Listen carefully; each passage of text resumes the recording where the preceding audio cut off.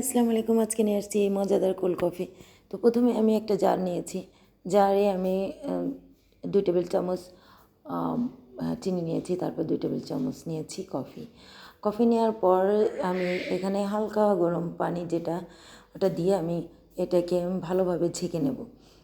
ঝাঁকার পরে এটা যতটুকু পারেন আপনি ঝেঁকে একদম ভালোভাবে এটা ঝেঁকে নেবেন।